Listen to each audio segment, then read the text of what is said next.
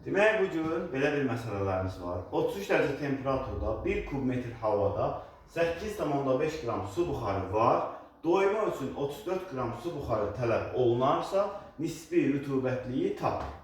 Birinci növbədə bilmək lazımdır ki, hava iki cür olur. Doymuş hava, doymamış hava. Müəyyən temperaturda havada olan su buxarı maksimum həddədirsə doymuş, maksimumdan azdırsa doymamış. Aydın məsələdir ki, burada doyma üçün 34 qram su buxarı lazımdır. Demək, 34 qramımız olacaq 100%. Bəs verilən nə qədərdir? 8,5 qram. 8,5 qram olacaq x%.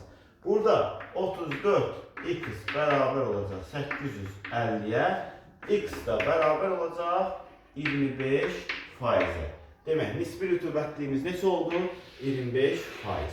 Sonra belə bir sual var.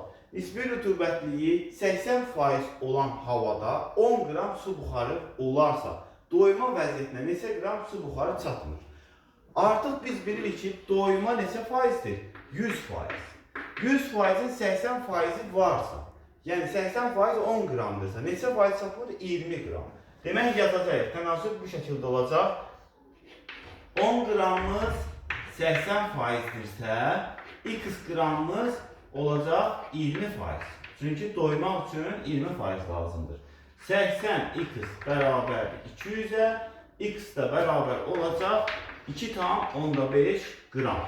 2,5 qram su buxarı çatmır. Amma doyandan sonra olacaq isə 10 üstə gəl 2,5, o da olacaq 12,5 qram. Yəni 100% olan halda 12,5 qram olacaq.